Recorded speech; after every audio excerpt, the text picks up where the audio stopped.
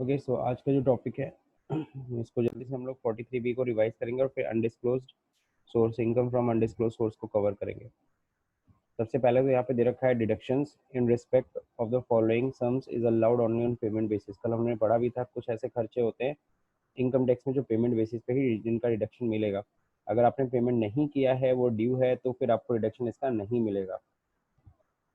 Not on due basis पे इनका deduction नहीं मिलता है। सवाल उठता है सर पेमेंट कब तक करना है? पेमेंट करना है प्रीवियस ईयर, ठीक है ना। नॉर्मली पेमेंट कब तक करना है? Previous year. तो प्रीवियस ईयर का एंड कब होता है? सबको पता है 31 मार्च, है ना।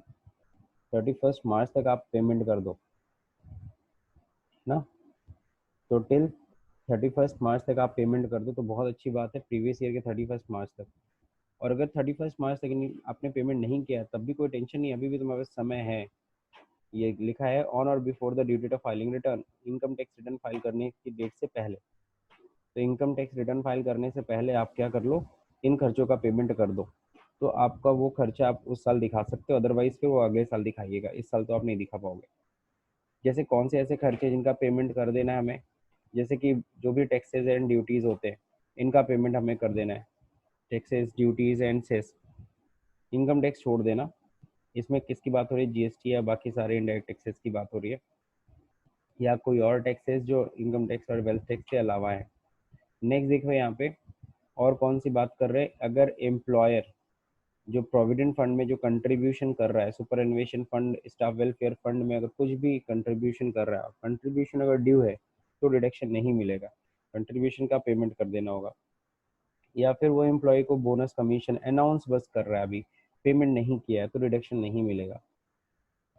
देन जो भी इंटरेस्ट होता है, अगर कोई भी इंटरेस्ट की बात कर रहे हैं, फॉर एग्जांपल कोई भी लोन लिया हो, वो लोन लेकिन किसके लिए होना चाहिए? बिजनेस के लिए।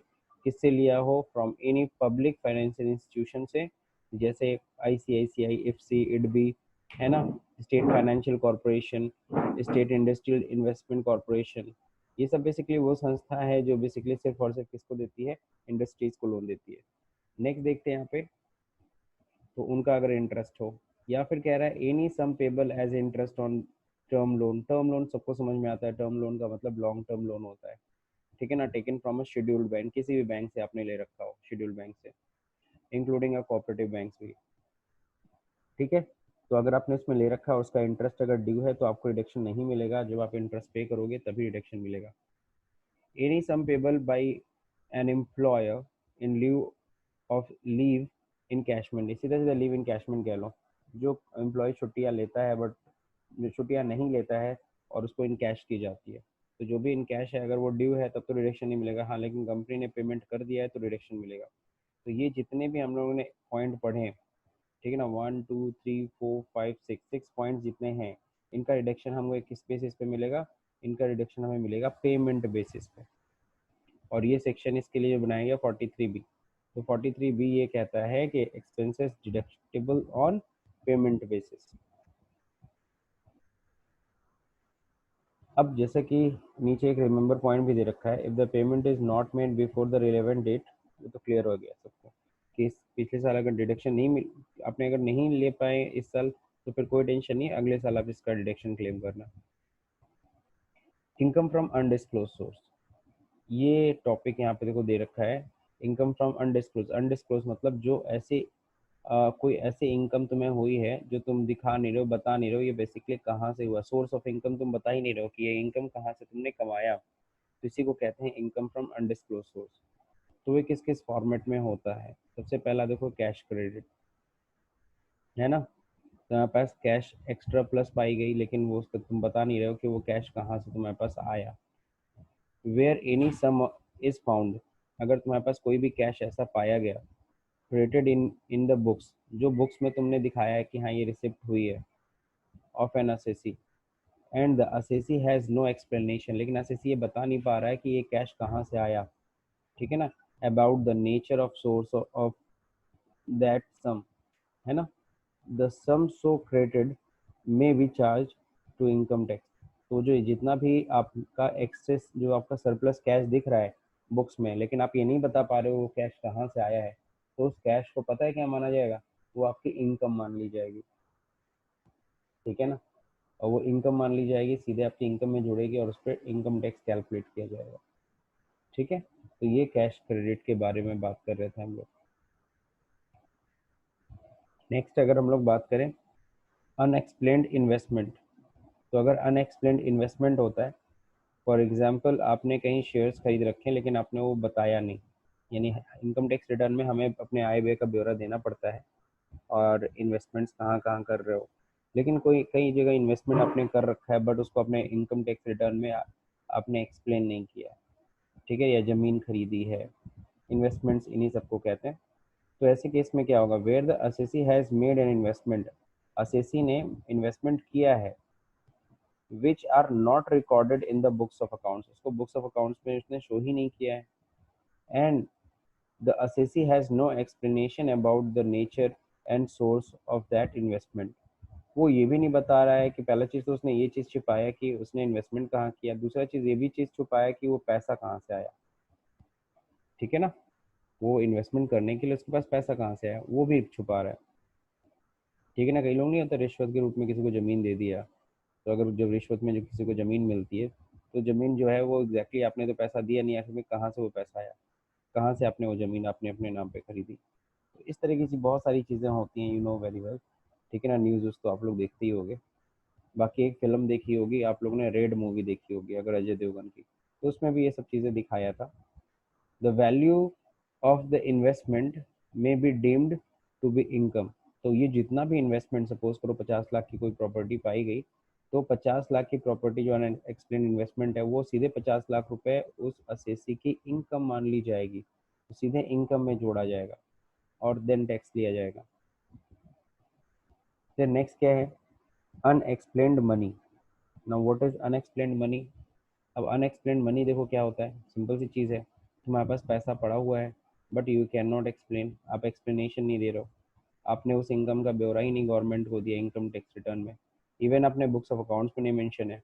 Where the assessee is found to be the owner of any money, किसी पैसे के आप ओनर हो या फिर बुलियन यानी कि वही सोना चांदी, ज्वेलरी और अदर वैल्यूएबल आर्टिकल्स, है ना, जो जिसके आप ओनर हो, and the same is not recorded in the books of accounts, इसको भी बुक्स ऑफ अकाउंट्स में आपने मेंशन नहीं किया, and the assessee has no explanation about the nature of source of acquisition, और आप वहाँ पे क्या नहीं, आपके पास उसका बिल नहीं है, या फिर कह लो आप ये नहीं बता पा रहे हो कि वो कहाँ से आपने पहली चीज़ तो इन खरीदा तो ठीक है लेकिन उसके लिए पैसे कहाँ से आए of such valuables, the money and the value of articles, आपने देखा होगा कई बार छापा पड़ता है तो उनके यहाँ इतना सोना पाया गया, इतना ये पाया गया, may be deemed to be the income of the assessee, वो क्या मान लिया जाएगा, जितने भी ज्वेलरी मान लो मिल गया 2 करोड़ की ज्वेलरी, तो जाहिर सी बात है उसका एक्सप्लेनेशन कहीं नहीं दे पा रहे, तो 2 करोड़ रुपए असेसी की इनकम मानी जाएगी, ठीक है। अब हम बात करेंगे किसकी, अनएक्सप्लेन्ड एक्सपेंडिचर की। Now what is unexplained expenditure, इस पे जरा ध्यान देते हैं। अनएक्सप्लेन्ड एक्सपेंडिचर क्या होता है, where an assessee has incurred any expenditure, जैसे तुमने कोई खर्चा किया and he offers no explanation, and he offers no दो दो बार क्यों लिख दिया है,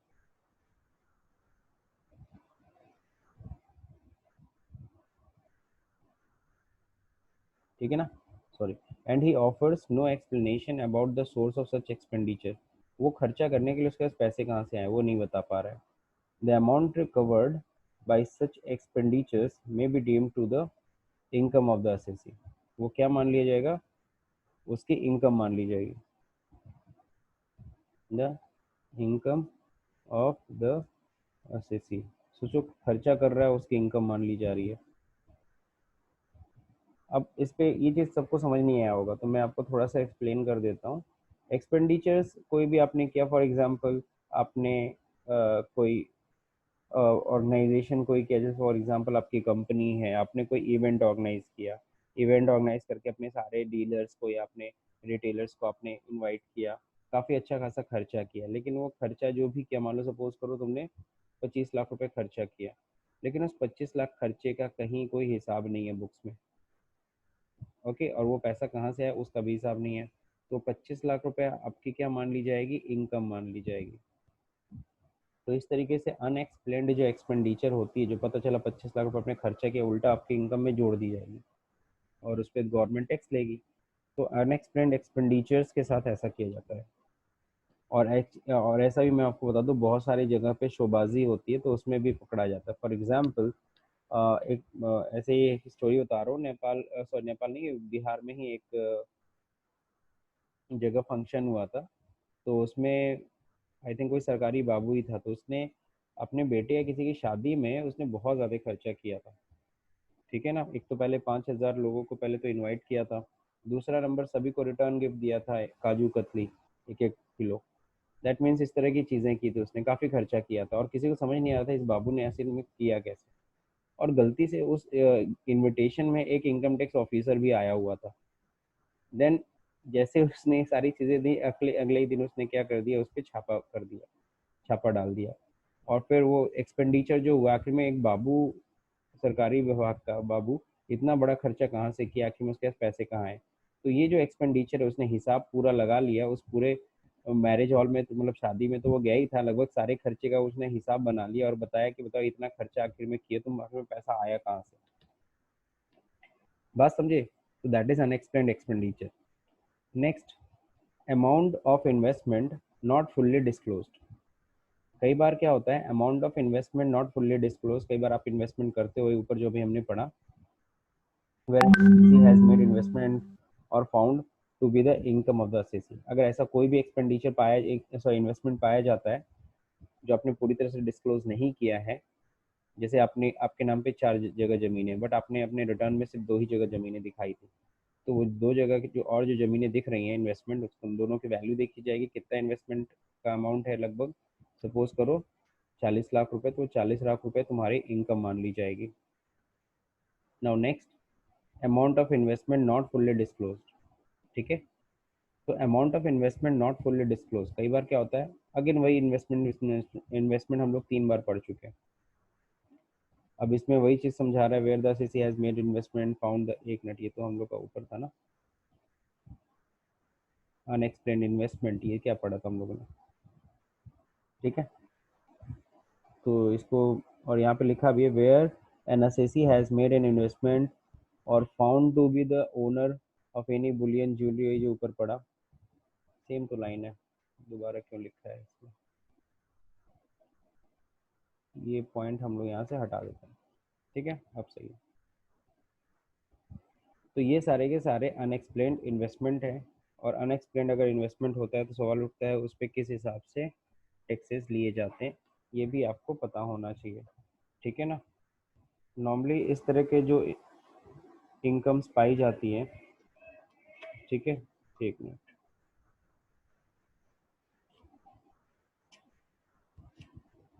इन सब के ऊपर बेसिकली नॉर्मल रेट तो आपको पता ही है, नॉर्मल रेट आपको स्लैब रेट आप लोगों ने पढ़ा था।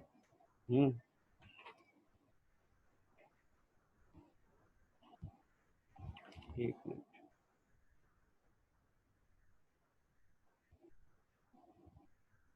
बुक में एक्सप्लेन तो था भाई। हाँ, अगर कोई भी अनएक्सप्लेन्ड मनी आती है, इन्वेस्टमेंट आती है, एक्सपेंडिचर्स कोई भी इस तरह के अगर पाए जाते हैं, उसको डीम टू बी इनकम मानी जाएगी और उस पर 60% टैक्स देना पड़ेगा। तो यहाँ पे मैं नोट्स में दे रहा हूँ। ठीक है, on above type of income, tax will be charged at 60%। बात समझे कि नहीं समझे? यानी ऊपर जितनी भी चीज़ें दी गई हैं, अगर कोई भी अनएक्सप्लेन्ड मनी पाई गई, आपके पास 10 लाख रुपए सपोज करो पाया गया, तो 10 लाख रुपए आपके आपकी इनकम मान ली जाएगी और उस पर 60% टैक्स देना पड़ेगा, वेरी हाई टैक्स रेट। तो सपोज 1 लाख में 60,000 तो ऐसे ही चला गया। बाकी जो प्रोसिक्यूशन आपके खिलाफ चलेगा वो अलग है, मतलब जांच और केस, कोर्ट केस आपको लड़ना होगा, वो तो अलग ही अलग है। तो दैट मीन समझ गए होगे आप लोग। बाकी मूवी आपने रेड मूवी देखा ही था। अब हम लोग बात करेंगे किसकी, compulsory maintenance of books of accounts. Section 44 double A. अच्छा, ऊपर के टॉपिक्स में ये जो हम लोगों ने पढ़ा कि अनडिस्क्लोज सोर्स, चाहे वो कैश क्रेडिट पाया जाए, चाहे अनएक्सप्लेन इन्वेस्टमेंट पाया जाए, चाहे अनएक्सप्लेन मनी पाया जाए, चाहे अनएक्सप्लेन एक्सपेंडिचर हो, amount of investment not fully disclose, भले पूरा नहीं डिस्क्लोज किया, कुछ डिस्क्लोज किया, कुछ नहीं डिस्क्लोज किया, उसको भी आपकी इनकम मानी जाती है। और इन सब पे 60% टैक्स लिया जाता है आपसे। इसमें किसी को कोई दिक्कत, कोई कुछ पूछना है क्वेश्चन तो पूछ ले। Anybody have any query? चलिए, अच्छा ठीक है, कोई क्वेरी नहीं है। अब हम लोग आते हैं compulsory maintenance of books of account. अब ये है क्या? बेसिकली ये है सेक्शन 44 डबल ए। ठीक है, 44 डबल ए बेसिकली क्या कहता है? अकाउंट्स मेंटेन कर, मतलब अपने बुक्स ऑफ अकाउंट्स मेंटेन किए हुए कि नहीं किए। जैसे फॉर एग्जांपल आपको पता है, आप अगर बिजनेस कर रहे हो, आपको पता है हमें कैश बुक मेंटेन करना चाहिए, है ना, हमें पार्टीज का अकाउंट्स भी मेंटेन करना चाहिए, या हमें जर्नल एंट्री करनी चाहिए। तो सवाल उठता है कि हमें ये बुक्स और ये रिसिप्ट, ये सारी चीज़ें मेंटेन करने के लिए कहता कौन है? जैसे अभी तक आपने पढ़ा था कि बिजनेस में 10,000 से ज़्यादा का पेमेंट हम कैश के फॉर्म में नहीं कर सकते। तो ये हमने पढ़ा था, लेकिन हमें ये नहीं पता था सेक्शन कौन सा, अकाउंट कौन आखिर में कहता है। अब हमने इनकम टैक्स में पढ़ा, अच्छा ठीक है, 40A की सबसेक्शन 3 ऐसा करने के लिए कहती है, इसलिए हम लोग करते हैं।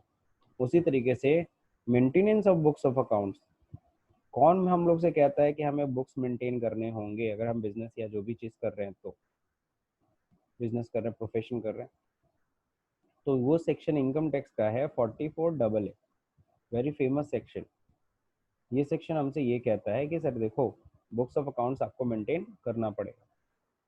अब चलिए, बुक्स ऑफ अकाउंट्स मेंटेन करने के लिए भी कुछ क्लॉजेस हैं, कुछ पॉइंट्स हैं, कुछ रूल्स हैं। जिला रूल्स समझ लेते हैं। ये तो हमने एक्ट में पढ़ लिया, व्हाट टू डू, क्या करना है, maintenance of books of accounts कैसे करना है, चलिए देख लेते हैं।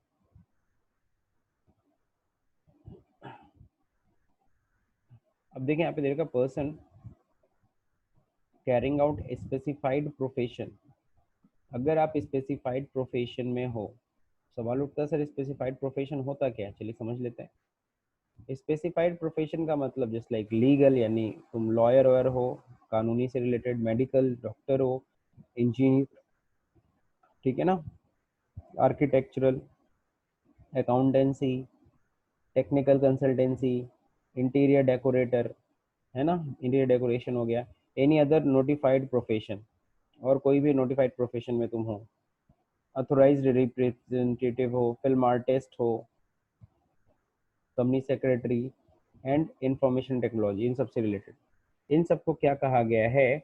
इन सबको कहा गया है स्पेसिफाइड प्रोफेशन। ये लोग स्पेसिफाइड प्रोफेशन में आते हैं। ठीक है, अब देखिए आगे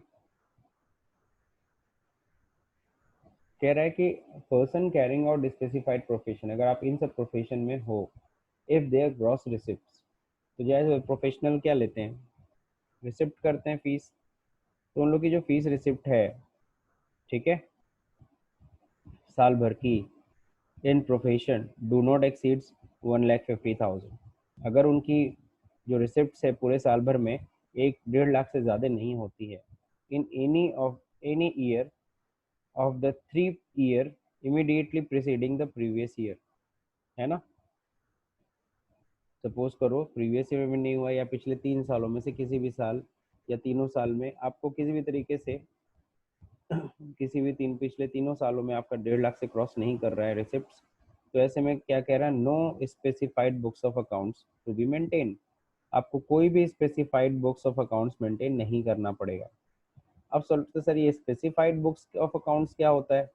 तो स्पेसिफाइड बुक्स ऑफ अकाउंट्स में देखो ये है, specified books of accounts as per rule 6F, rule 6F में दिया गया है कि आपको कैश बुक मेंटेन करना होगा, जर्नल एंट्रीज मेंटेन करनी होगी, लेजर्स मेंटेन करना होगा, कार्बन कॉपी ऑफ बिल रखना होगा, है ना, ओरिजिनल बिल्स भी रखे होंगे, तो ये सब रखने पड़ेंगे।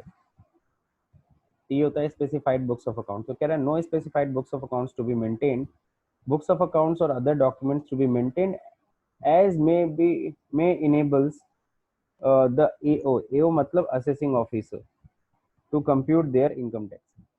यानी जो भी आपका असेसिंग ऑफिसर या टैक्स ऑफिसर कहता है, आपको वो बुक्स ऑफ अकाउंट्स मेंटेन करने होंगे। लेकिन स्पेसिफाइड बुक्स ऑफ अकाउंट जो लिखा गया लॉ में वो नहीं, रूल 6F मेंटेन नहीं करना है। लेकिन अगर आप इस person carrying out specified profession, लेकिन अगर आपका रिसिप्ट 1.5 लाख क्रॉस कर जाता है, जैसा कि ज़्यादातर लोग का क्रॉस कर ही जाता है 1.5 lakh, all the 3 year immediately preceding previous year, तो ऐसे केस में क्या होगा, books of account as prescribed rule 6F, आपको क्या करना होगा, रूल 6F में जितने बुक्स ऑफ अकाउंट्स लिखे गए हैं वो सारे बुक्स ऑफ अकाउंट्स आपको मेंटेन करने होंगे। तो ये तो आपने स्पेसिफाइड प्रोफेशंस के लिए पढ़ा। अब हम बात करेंगे person carrying out non specified profession, यानी आप ऐसे प्रोफेशनल हो जो इसमें शामिल नहीं है। जैसे तुम बार्बर हो, अब बार्बर देखो यहाँ कहीं मेंशन नहीं किया, बार्बर मतलब जो बाल काटता है। अब जैसे आपको पता है जावेद हबीब बहुत फेमस है, और जावेद हबीब जो उसके तो बहुत सारी जगह सलून चलते हैं, लेकिन अब पूरे इंडिया में क्या विदेशों में भी चलते हैं, तो वो भी है प्रोफेशन में, लेकिन उसको हम लोग बोलेंगे क्या, नॉन स्पेसिफाइड प्रोफेशन। बहुत सारे ऐसे प्रोफेशन आपको देखने को मिलते हैं जो नॉन स्पेसिफाइड प्रोफेशन है।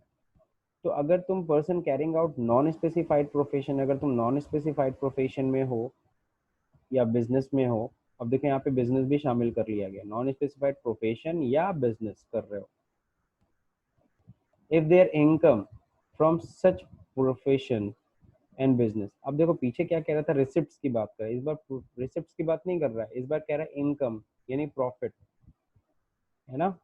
If there income from such profession और बिजनेस डज नॉट एक्सीड्स 1,20,000, अगर उनकी प्रॉफिट 1,20,000 से ज्यादा नहीं है, या फिर टोटल सेल्स या टर्नओवर या ग्रॉस रिसिप्ट्स, सेल्स टर्नओवर तो बिजनेस की बात कर रहा है, रिसिप्ट्स किसकी बात कर रहा है, प्रोफेशन की, there of are not exceeds of ₹10 lakh, आपका जो टर्नओवर है या रिसिप्ट्स है साल भर में 10 लाख से ज्यादा नहीं है, 10 लाख से ज्यादा एक्सीड नहीं कर रहा है in any of the 3 year immediately preceding the previous year के पहले के 3 सालों में किसी भी साल 10 लाख क्रॉस नहीं किया है।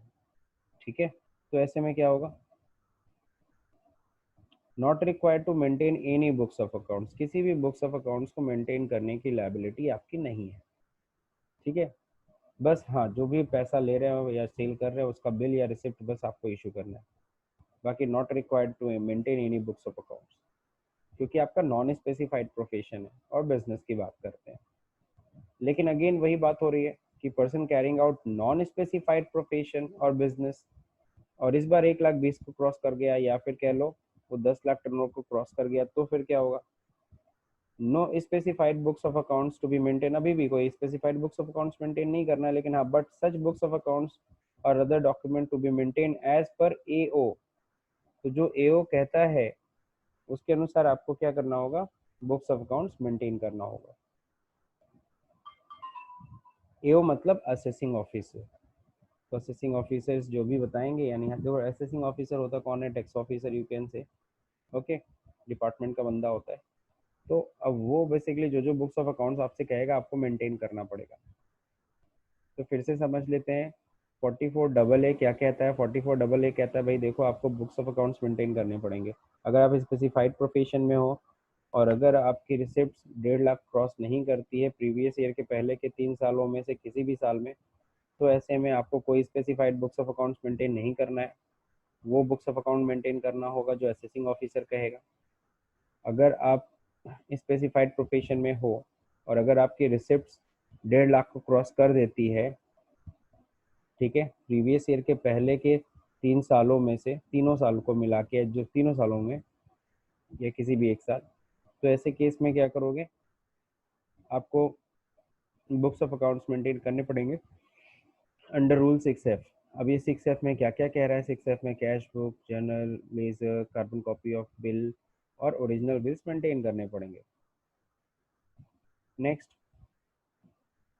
आगे कह रहा है क्या, person carrying out non specific, अगर नॉन स्पेसिफाइड प्रोफेशन या फिर बिजनेस में हो और अगर आपका प्रॉफिट यानी इनकम अगर 1,20,000 को क्रॉस कर जाता है, या फिर सेल्स 10 लाख को, या सेल्स या रिसिप्ट 10 लाख क्रॉस कर जाता है प्रीवियस ईयर के पहले के 3 सालों में से किसी भी साल, तो ऐसे में आपको कोई भी बुक्स ऑफ अकाउंट्स मेंटेन नहीं करना है, मतलब आपका क्रॉस नहीं करता, सॉरी 1,20,000 और 10 लाख को क्रॉस नहीं करता, तो आपको कोई बुक्स ऑफ अकाउंट्स मेंटेन नहीं करने। Person carrying out non again वही 1,20,000 और 10 लाख को क्रॉस कर जाता है, देन आपको books of account, specified books of accounts तो नहीं मेंटेन करना है, लेकिन हाँ वो बुक्स ऑफ अकाउंट्स मेंटेन करने पड़ेंगे जो एओ असेसिंग ऑफिसर आपसे करने के लिए कहेगा। बाकी स्पेसिफाइड प्रोफेशन में क्या आता है हमने पढ़ रखा, स्पेसिफाइड बुक्स ऑफ अकाउंट भी हमने समझ लिया। अब हम लोग बात करेंगे 44AB। तो what is 44AB? 44AB basically कहता क्या है, कंपलसरी ऑडिट। ऑडिट मतलब जांच। ऑडिट करता कौन है? सीए करता है। जैसे फॉर एग्जांपल मैं एक छोटा सा एग्जांपल आपको यहाँ पे देता हूँ, ठीक है ना। मान लीजिए मिस्टर ए हैं, ठीक है ना, उनका जो टर्नओवर है, उनका सपोज करिए जो इनकम है, जो प्रॉफिट है, वो 2 करोड़ क्रॉस कर गया, ठीक है ना। मिस्टर ए का जो प्रॉफिट है ना वो मोर देन 2 करोड़ है। वही मिस्टर बी है, ठीक है ना, जिनका जो टर्नओवर है या फिर कह लो वो कितना है, मान लो करीबन 60 लाख रुपीज़ है, या लेस देन लिख देता हूँ, लेस देन 1 करोड़ है। अब अगर मिस्टर बी जाते हैं, आप सभी को पता है साल के अंत में सबको अपना अपना रिटर्न फाइल करना होता है, तो जब मिस्टर बी जिनका टर्नओवर कितने से कम है, 1 करोड़ से कम है, वो जब अपना रिटर्न फाइल करने जाते हैं तो वो दिखाते हैं सर मेरा इतना प्रॉफिट हुआ, मेरा ये चीज़ हुआ। इनकम टैक्स डिपार्टमेंट उसके इनके रिटर्न उसके ब्यूरो को एक्सेप्ट कर लेती है। लेकिन जैसे मिस्टर ए जाते हैं अपना ब्यौरा लेकर के कि लीजिए सर ये मेरा डिटेल है, तो फिर इनकम टैक्स ऑफिसर कहता है अरे आपका सेल्स कितना हुआ, ये बोलते हैं सर 2 करोड़ से ज़्यादा है। तो आपका 2 करोड़ से ज़्यादा है, आप जाओ पहले ना अपना जो भी अकाउंट्स आपने मेंटेन कराया है वो किसी सीए से ऑडिट करा के लेके आओ और ऑडिट रिपोर्ट लेके आओ। बिना ऑडिट रिपोर्ट के हम आपका इनकम टैक्स रिटर्न एक्सेप्ट नहीं करेंगे। पॉइंट समझ में आया? यानी कि सर यहाँ पे 1 करोड़ से कम है तो ऑडिट नहीं कराना पड़ रहा है, बिना ऑडिट की आप खुद ही अपना जो आप डिटेल दे रहे हो गवर्नमेंट एक्सेप्ट कर ले रही है, इनकम टैक्स डिपार्टमेंट एक्सेप्ट कर ले रही है। लेकिन जैसे ही आपका 1-2 करोड़ से ऊपर हो रहा है, बड़ा ट्रांजेक्शन है, तो उस केस में कह रही है देखो अब तुमको अपना ऑडिट कराना पड़ेगा। ऑडिट मतलब किसी सीए को जाओ हायर करो और अपने पूरे अकाउंट्स की ऑडिट करो, ऑडिट कराओ, ऑडिट रिपोर्ट बनवाओ, और देन आपका आईटीआर यानी इनकम टैक्स रिटर्न फाइल होगा। आइदर आपका इनकम टैक्स रिटर्न फाइल नहीं होगा। तो ये कहता है 44AB। तो 44AB का वो टर्नओवर का लिमिट क्या है? If any person carrying out business and profession where sales turnover gross receipts exceeds 1 crore, अगर 1 करोड़ से ज़्यादा होता है इन केस ऑफ बिजनेस, और 50 लाख किसके केस में? प्रोफेशनल के केस में। यानी रिसिप्ट प्रोफेशनल हो तो रिसिप्ट करोगे तो 50 लाख से, ठीक है ना, अगर ज़्यादा हो जाता है, और अगर बिजनेस कर रहे हो तो सेल्स या टर्नओवर 1 करोड़ से ज़्यादा हो जाता है in previous year, then he has to get his accounts audited by a chartered accountant before 30 September.